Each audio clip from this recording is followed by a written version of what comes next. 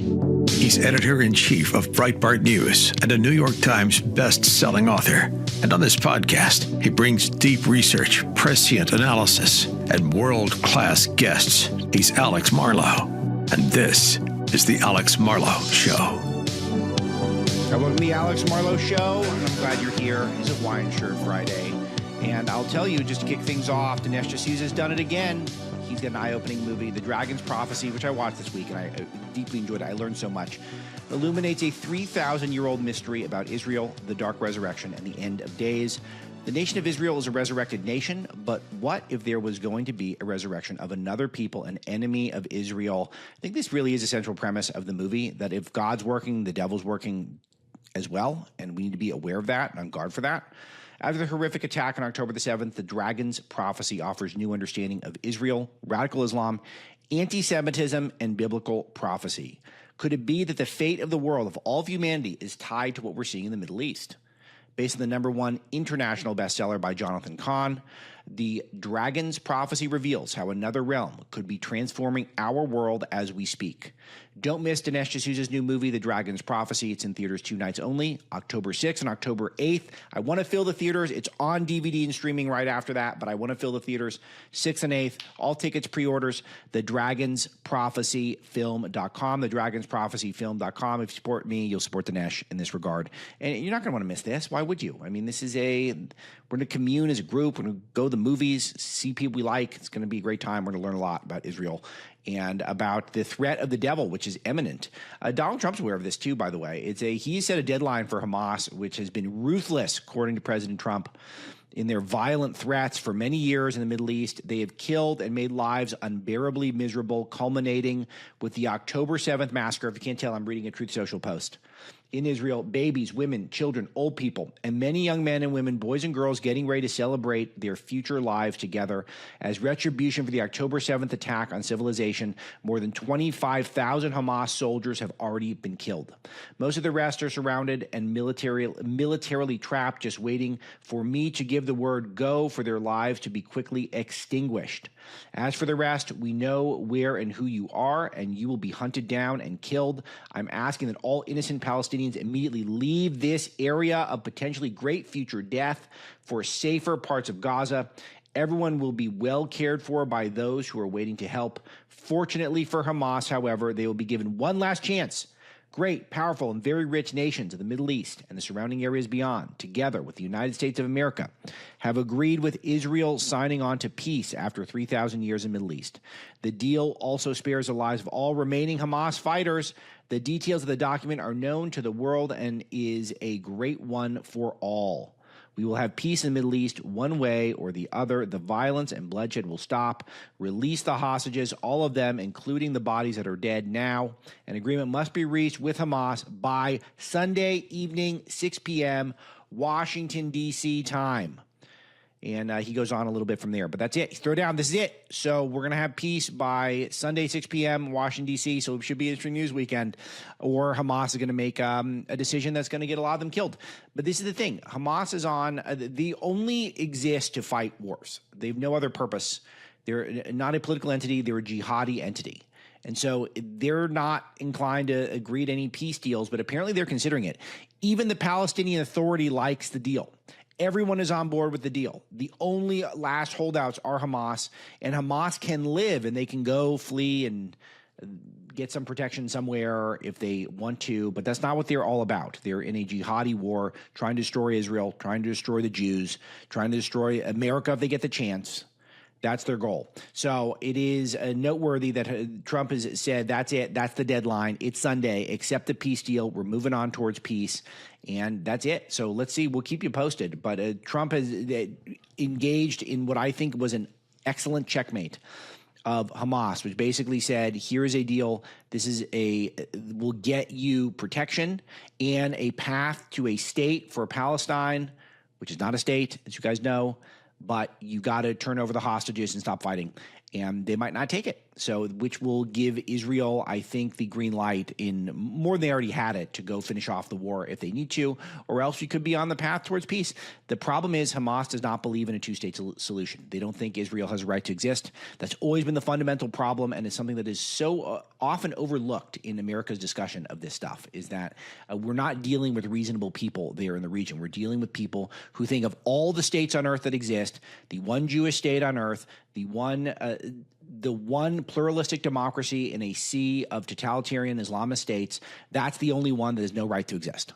So that's their fundamental viewpoint, and it's a dangerous one. It makes the world a much more dangerous place if that's the case. So I think Trump's done a good job here, and let's see what happens over the weekend. But it is noteworthy that we're still in the West. We have to be reminded constantly. We have to be vigilant about jihad. I do view the secular left as a greater threat at this time. But overall, jihadist movements around the world are a deep threat to the West. They are infiltrating slowly.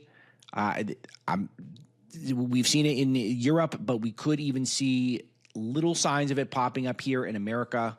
And we got to be very, very careful about this. By the way, do you guys catch the name of the jihadi who attacked the Manchester synagogue yesterday? His first name, Jihad. Not a joke, as Joey the Biden would say. Jihad al-Shami, 35-year-old UK citizen of Syrian descent. So kind of on the nose, all right, so let's get into shutdown news. It's an interesting spot here because some of the polling is coming back. And Republicans are getting blamed in a lot of polls. CNN poll saying Republicans are getting blamed, which is somewhat surprising to me. I have to admit, I'm not often surprised. Usually I can see the patterns when they're coming. But the Democrats do win shutdown battles in the media, and that's part of the risk of doing it. But literally speaking, the Democrats did shut down the government. The Republicans all voted to keep the government open with Joe Biden's budget, just an extension of that for another few weeks while the appropriations process takes place. And the Democrats don't want that. And they would prefer that military personnel have their paychecks withheld so that the Democrats can insist on more health care for illegal aliens. That's true. It's all literally true. And yet somehow Republicans who voted to keep the government open are getting blamed for the government shutting down. And that just shows you that the Democrats just have this ability with these shutdown news cycles to just work people. And I thought it had changed. I thought things would be different this time around. And I don't know yet. I'm not saying they're not. I'm just saying that I don't know for sure. If they are or not. So let's, Speaker Johnson, I think, has been very articulate about this. I reached out to him. I'm going to be in D.C. next week, and I've got a huge agenda, and I think it's going to be really great for the show. But one of the things I'm trying to do is I'm trying to connect with Speaker Johnson. So maybe we'll get something exclusive for the show with him next week. That's the goal. I'm going for it. But let's see what he had to say talking about where we're at. When Congress decides to turn off the lights, to shut the government down, it shifts the authority to the executive branch. That's how the process works. The person who has decided to put the White House in that situation is Chuck Schumer, who leads the Democrats, the 44 who keep voting to keep the government from opening up. They're voting to shut it down. So what happens in that situation? Whoever is the president, whoever is sitting in the White House, and their staffs at the Office of Management and Budget are given an unenviable task. It's a regretful situation.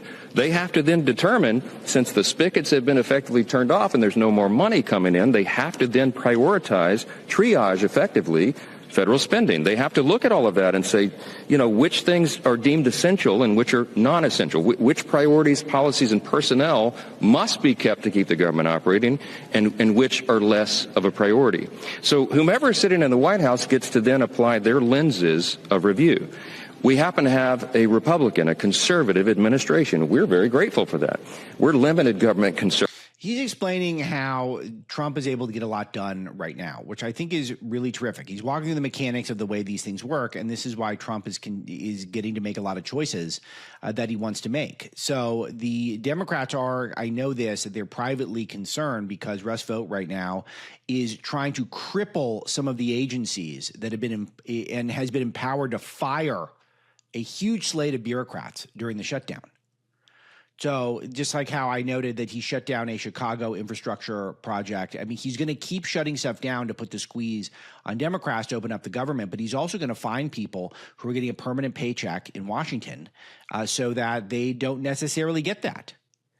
So Trump says also that he's reversed the Homeland Security and counterterrorism cuts to New York City and New York State. So there were cuts to it, and then now he's just going to reverse that, and he's going to cut the green energy funds and surge Homeland Security funds. So he's going to ramp up the illegal alien arrest during this time. So that's part of the fun of this, is that Trump just gets a wider breadth of what he can accomplish during this time. Let's hear some more. Conservatives, we think the government's too big. We think the federal government is too big. It does too many things, and it does almost nothing well. And so it serves the taxpayers to send less of their hard-earned money to Washington and keep more in their pockets. That's what we're advancing through the One Big Beautiful Bill and all the legislative priorities that we achieve. But see, sometimes Democrats, not sometimes, all the time, Democrats don't agree with that because they love big government. I mean, listen to them. They want the government to control every aspect of your lives, and they need all of your hard-earned dollars to do that. In fact, they'd like to take them all. That's what the socialists are arguing for. That's what the Marxists believe. We believe the opposite. So here's this situation. Here's the president, the current occupant of the White House, that's been given this opportunity by Chuck Schumer.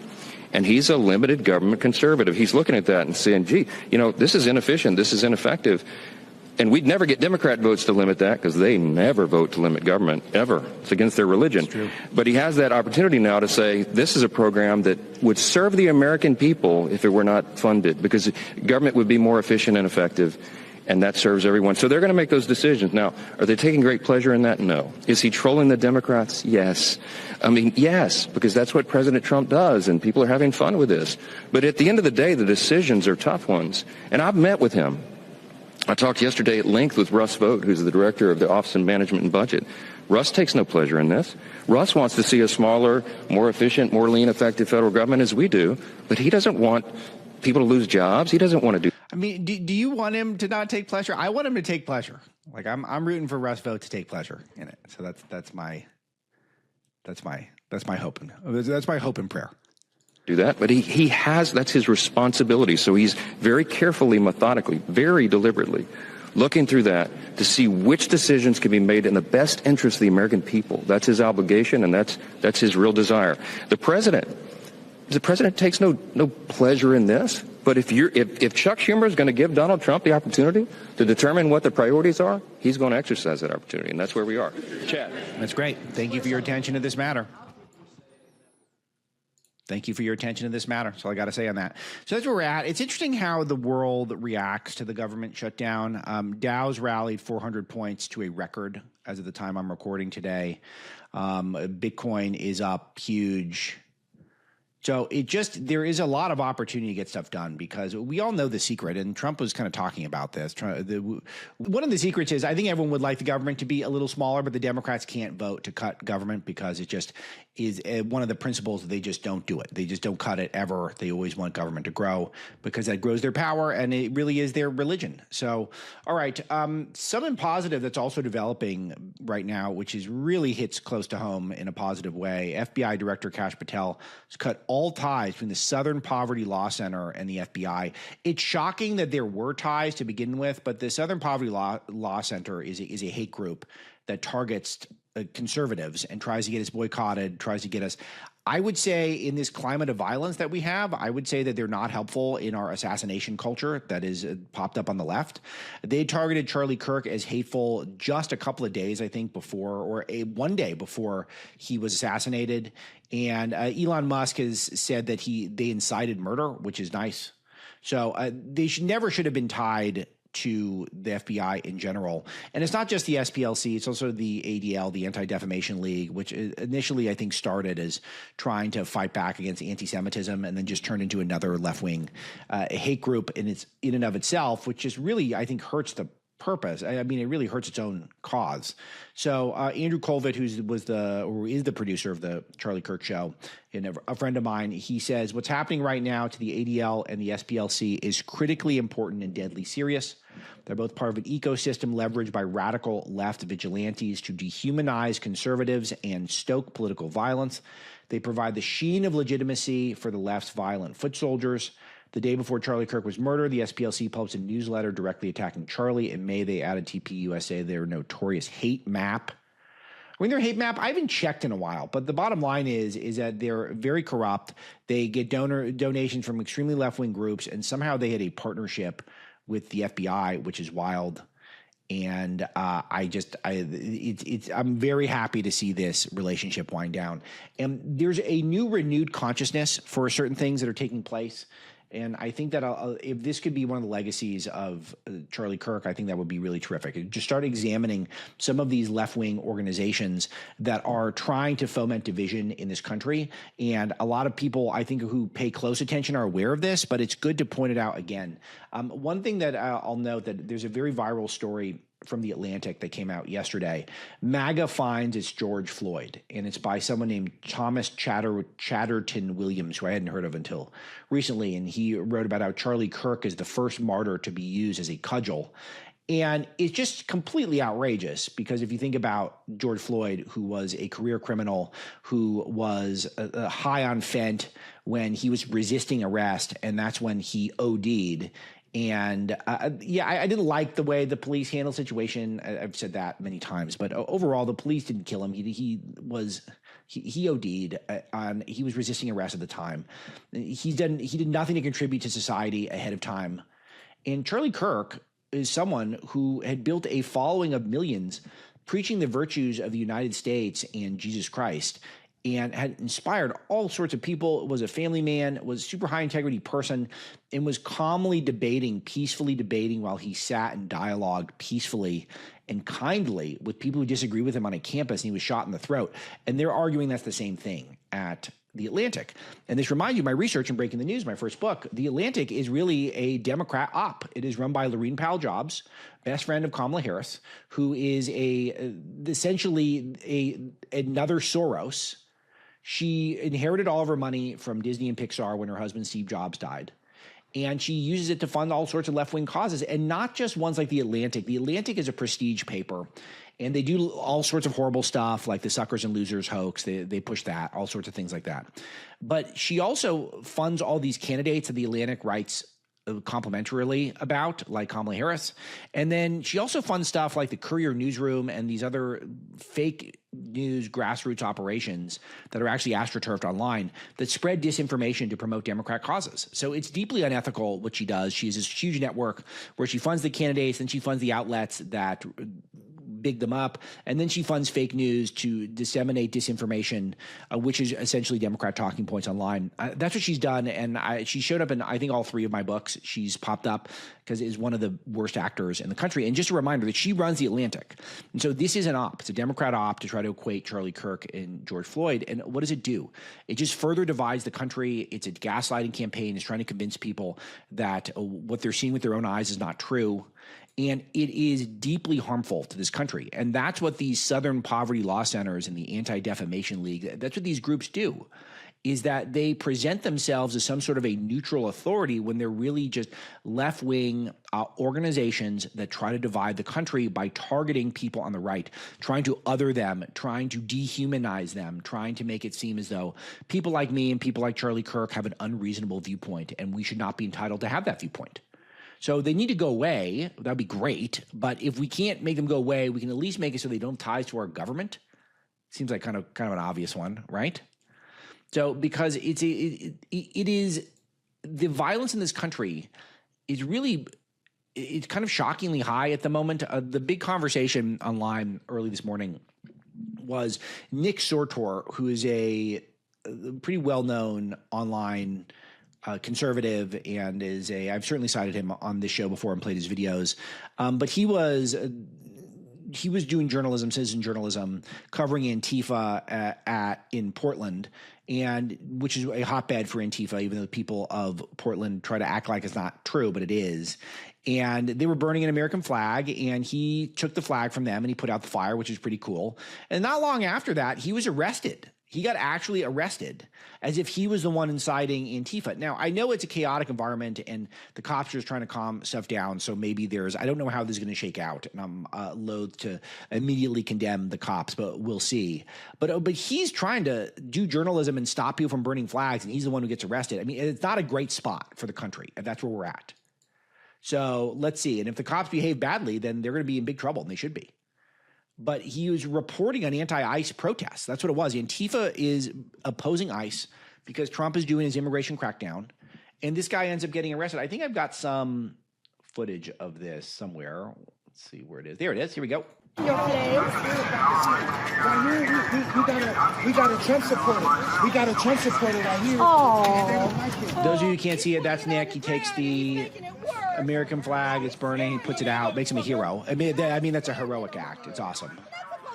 And just very strange Antifa people who are all sorts of face paint and doing performance art and just very lost souls. Everyone needs more God in their lives. Just lost souls. So it's good. So we got to champion him, Nick Sortor. Go check him out online. But that's just, it's great stuff. And it's great stuff by him. And it's also very revealing, and hopefully it directs more attention to the cause, because it is just completely nuts, the climate of left-wing violence, which you continue to see excuses getting made for it. Brett Kavanaugh's would-be assassin's mom cited his son's transgenderism as a reason for leniency in the sentencing. I brought this up a week or two ago.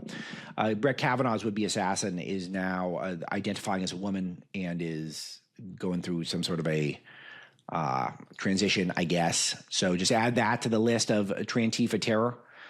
And I guess the mom is pleading for leniency because he's trans. So we should, even though we wanted to kill Supreme Court justice, in order to stop the overturning of landmark legal decision Roe v. Wade, then thus he should get a lesser sentence because he's trans. So I don't know, maybe she's got a point, because obviously trans people are sort of nuts. But it's just such a cultural contagion, and we've got to stop it. And I'll tell you who's not helping. Netflix, another huge conversation that we're having right now online, is just the amount of trans stuff and gay stuff that's on Netflix blows my mind. I'll tell you, I've never been a Netflix fan. My colleague Jerome Hudson, our entertainment editor at Breitbart News, pointed this out. He wrote a book called 50 Things They Don't Want You to Know. And one of my favorite details that jumped out at me in the book was how far left Netflix is.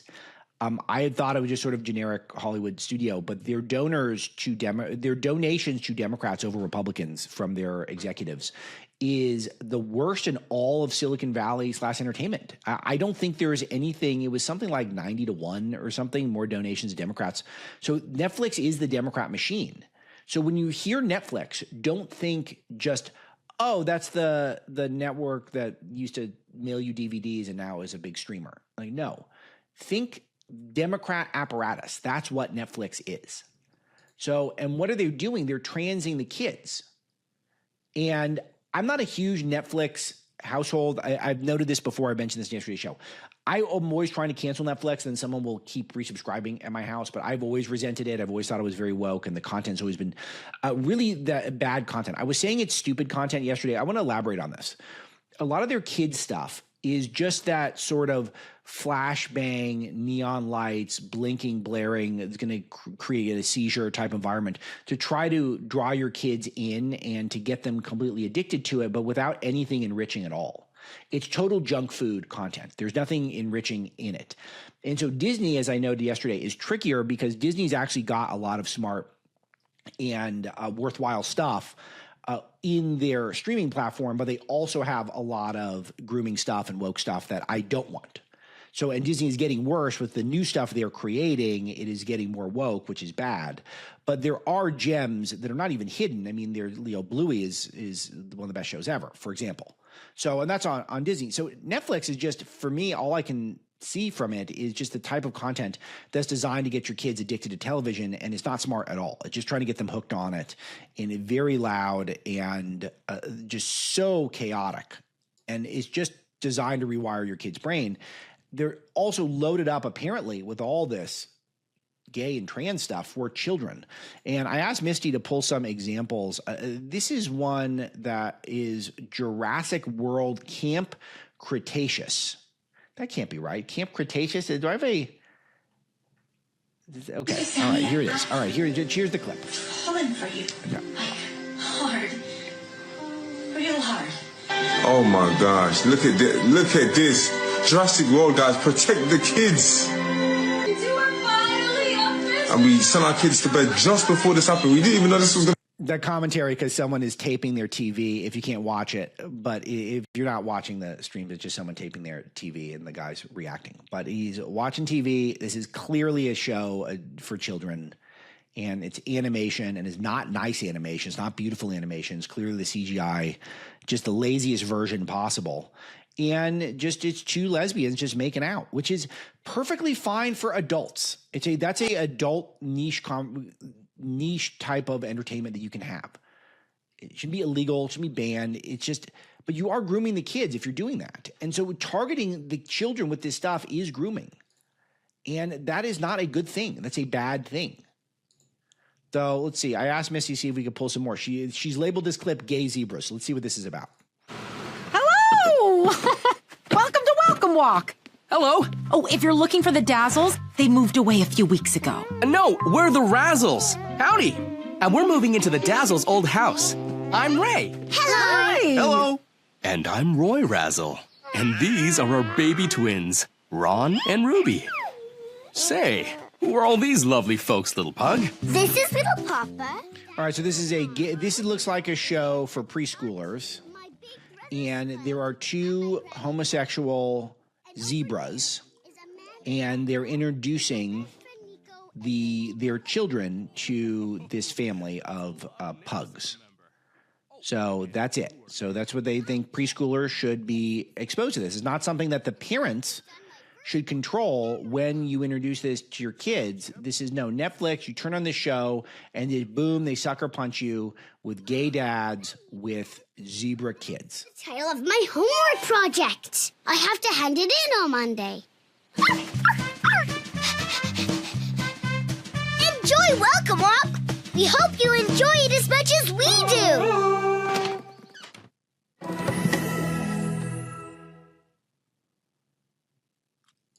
Okay, so you got the picture. They're super great. They're just the greatest gay dads ever. And check out this tag at the end of the clip.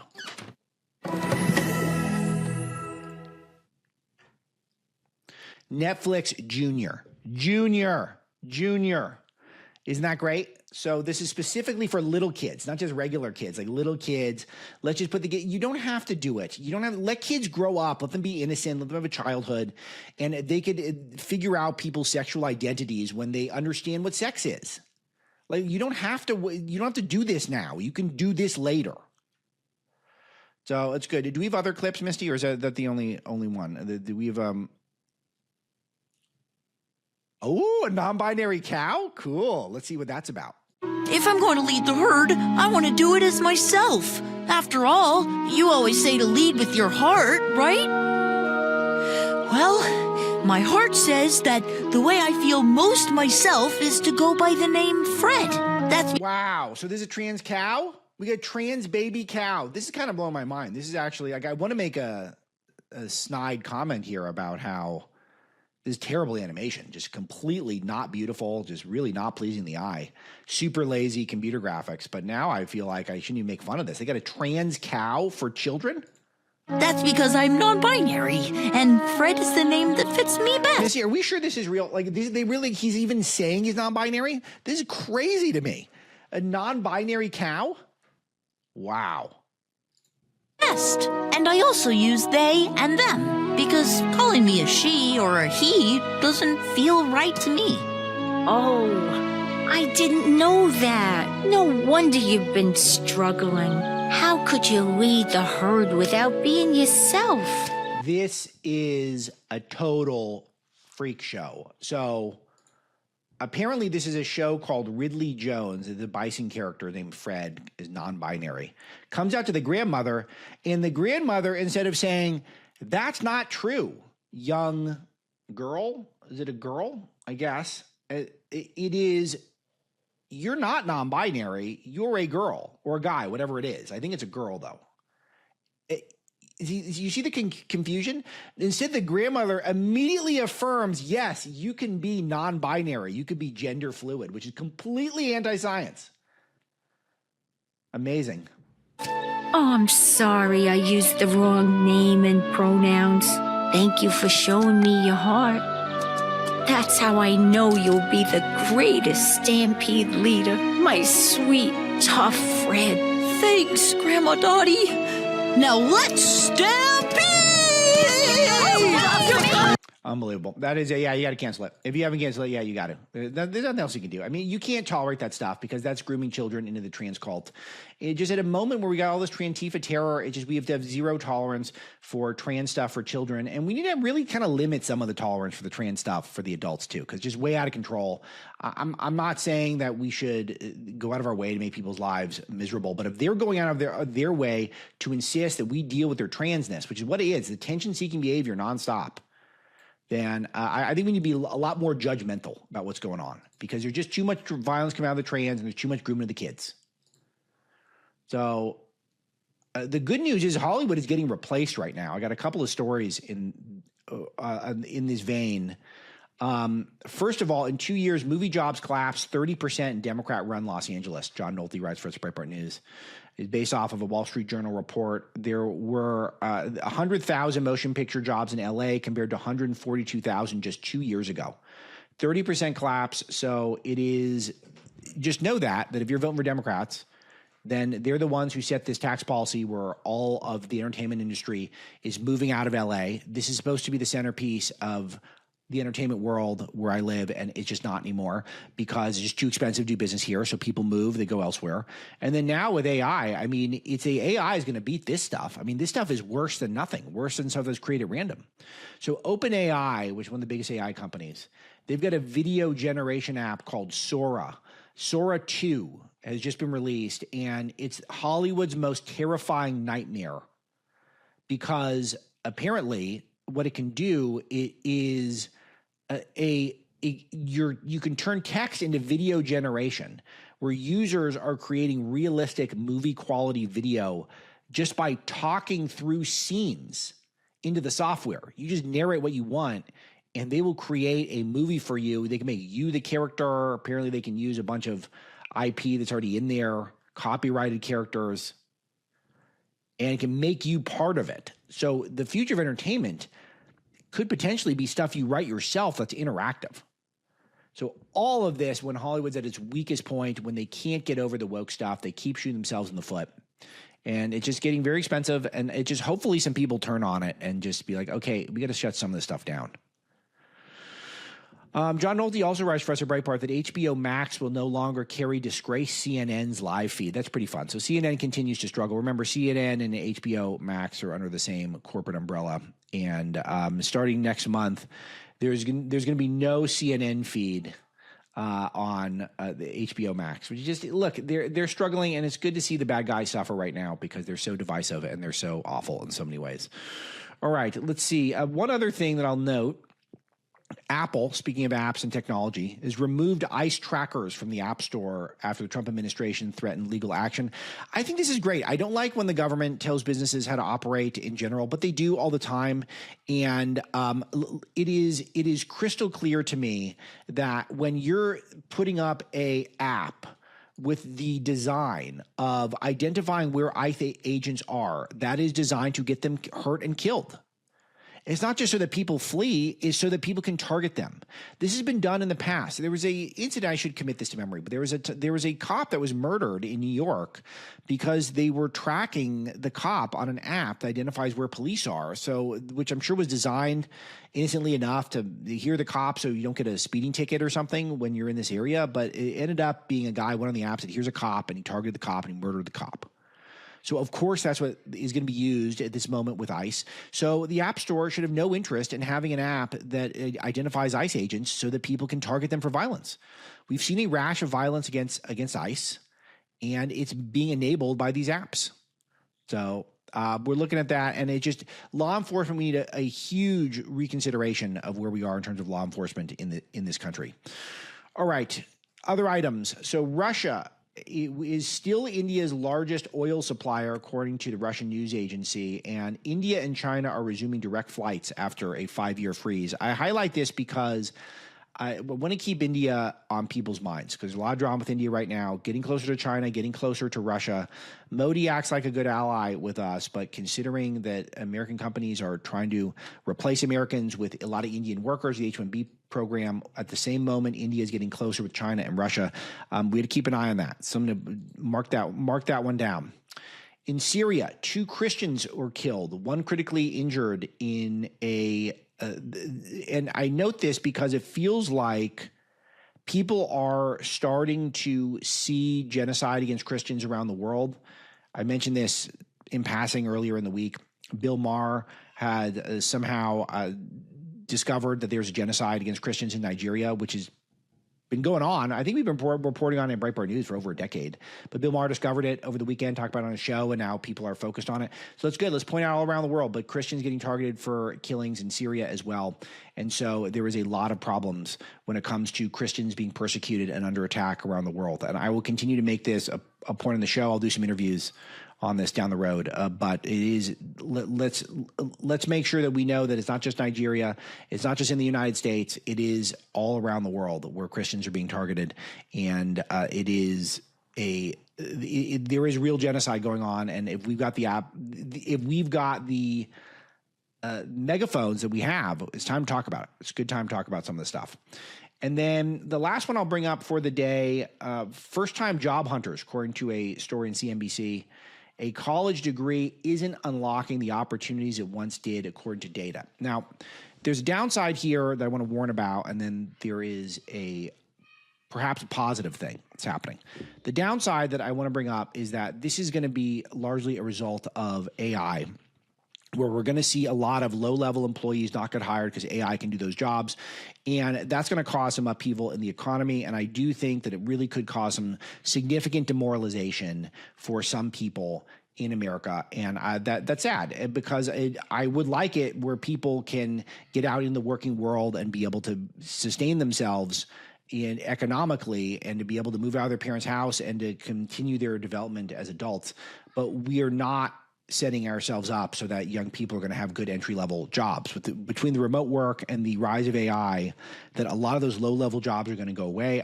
There's a very micro example, but I will tell you, when I wrote Breaking Biden, I had a senior researcher and I had 4 or 5 junior researchers, I guess 4 junior researchers. And when I did Breaking the Law, I just had the senior researcher work on it. And why? Because a lot of the easier questions to answer, I could just answer them myself using AI, or I could have my senior researcher using AI. And then it just makes the process go so much faster. You got to check the AI, because a lot of the AI is based off of garbage. But it does eliminate a lot of those lower level jobs. And those junior researchers, they're the ones who get mentored by the senior researchers or by me, and then they build those skills. And so that one day they could be senior researchers. And so this is going to have some significant downstream effects. But it is a positive in the sense that the college racket is real. And it's not just ruining a lot of young people's minds, it's ruining a lot of cities, because this provides left-wing petri dishes that are also economic engines that drag people in to the cities that are very woke. There's a lot of crime. There's a lot of godlessness, a lot of bad values that are there. And a lot of the funding mechanism comes from the universities, which are very wealthy from tuitions, from government subsidies, from government loans, and they provide these very cushy jobs for left-wing radicals to continue to proliferate their left-wing ideology throughout the cities. And so I think that a lot of our problems in our cities are traced to the university cultures within them. And so if people are seeing, well, I'm not going to pay big dollars for a university degree if I'm just wasting a bunch of time when I need to be out there getting apprenticeships, getting internships, working in the real world, that is a real positive if that's happening. So for first-time job hunters, seeing that a college degree isn't a big deal. I've said this for years now, that if you come to me with a resume and you have a Harvard degree, or if you come to me with a resume and say you have work experience in my field, even if you're the exact same age and I can ascertain you're the same level of intelligence, the career experience is going to be better than the degree. So people are understanding that a lot of fields, unless you need one of those higher degrees, one of those professional degrees like a law degree or a medical degree, the university system cannot be for you right now. I mean, the debt people are under is crippling. I just saw a story this week on how Gen X, so that's the generation older than my generation, still crippled by student loans. So it's your ability to get ahead is largely based off of student loans. So it is truly something that is a opportunity with risk factors, The opportunity is that Decimating the university should be a top priority for Americans, but we got to rebuild it because higher education has a lot of value. I want people to read the classics. I want people to spend time communing with our founding documents. I want people to be able to actually study science and technology to stay on the cutting edge. But the university system has been deeply inefficient. It costs a lot of money to taxpayers, to citizens. It keeps you in, not just does it keep you in arrested development as an individual, but financially, people aren't getting ahead who are spending too much time at the universities. But then we got to rebuild it into something where people actually learn things, because higher education is potentially great. It could be great. It should be great. So it just is not now in its current iteration. So let's just break it all down, and then let's get the Larry Yarns of Hillsdale. Let's get Marissa Stride of PragerU. Let's get a few others, and we can straighten it out, work it all out. All right, I think that's good for now. There's a lot of other stuff cooking at Breitbart News with a lot of shutdown updates. We've got a Diddy sentencing, which is coming down any minute now, so that'll be an interesting one. We got some exclusives coming up for you at Breitbart News, and hopefully we'll get Middle East peace over the weekend. Let's see if we can do it. So all that at Breitbart.com. Thanks to Misty. Thanks to John Cassio for pulling clips. That's the show for today. See you on Monday.